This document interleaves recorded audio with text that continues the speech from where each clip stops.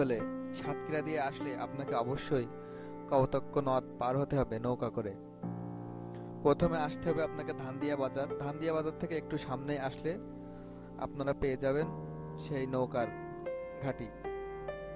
বন্ধুরা, নৌকা দিয়ে মাঝখানে যতটা আনন্দ হয়েছিল তার থেকে বেশি কষ্ট হয়েছিল দুই পার দিয়ে মোটরসাইকেল ওঠানামা করার জন্য। বেশ ভোগান্তি ভোগ করতে হয়েছিল।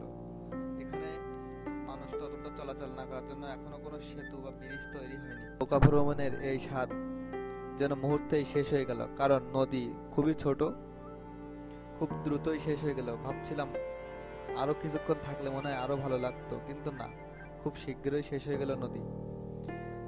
প্রকৃতির কি অপরূপ সৌন্দর্য দেখুন বন্ধুরা। এই যশোর জেলার জন্য ইতিহাসের কোনো শেষ নাই। এখানে আসলে আপনি বহু পুরাতন স্মৃতির স্থান দেখতে পারবেন। তবে যশোরের সব থেকে ভালো লাগার স্থানের নাম ভরত রাজার বৌদ্ধ মন্দির। এইখানে যাওয়ার আগে আমি অতটাও অবগত ছিলাম না যে যশোরের ভিতরে এমন